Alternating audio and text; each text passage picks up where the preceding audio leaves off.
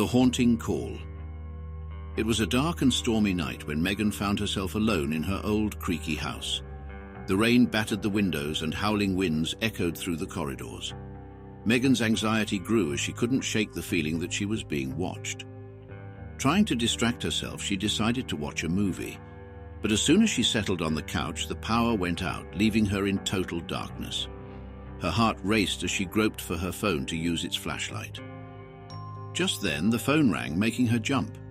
The caller ID displayed an unknown number, but curiosity got the best of her and she answered. A chilling voice crackled through the line. 7 days, the voice whispered, sending shivers down her spine. What do you mean? Megan asked, her voice trembling.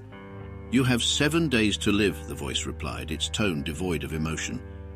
Megan thought it was a prank call, but the fear gnawing at her gut told her otherwise. She hung up, trying to convince herself it was just a sick joke. However, as she tried to calm her nerves, the phone rang again, and the same eerie voice spoke.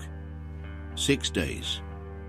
Her heart pounded like drums in her ears, and she couldn't ignore the fear any longer. She contacted the police, but they could do little with just a series of strange phone calls. Megan decided to stay with her friend Sarah, hoping that the company would ease her terror. The next day, while staying at Sarah's house, Megan's phone rang again. The same ghostly voice whispered, 5 days. Sarah witnessed the call and was alarmed by Megan's reaction. She insisted they go to the police station together, hoping the authorities could trace the caller. The police promised to look into it, but Megan knew they didn't take her seriously.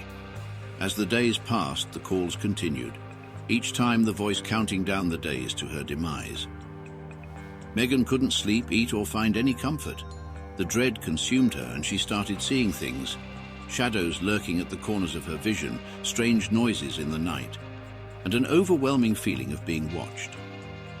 On the 4th day, Megan received a visit from a detective who informed her that they traced the calls to an old abandoned house on the outskirts of town. He assured her that they would investigate further and patrol the area to keep her safe. Still, the detective's words offered little solace as the calls continued relentlessly. With 3 days left, Megan's sanity began to crack under the pressure. Sarah stayed by her side, trying her best to support her.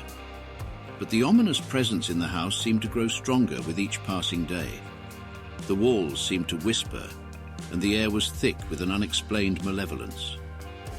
On the second to last day, Megan's phone rang again, but this time it wasn't the chilling voice. It was her mother's voice on the line, crying uncontrollably. Megan, please come home. Your father, he's gone, she sobbed. Megan rushed back to her childhood home, only to find the police surrounding the area. Her father's lifeless body lay on the ground, and her mother was in shock. The detective approached Megan and said they found her father's phone with numerous missed calls from an unknown number.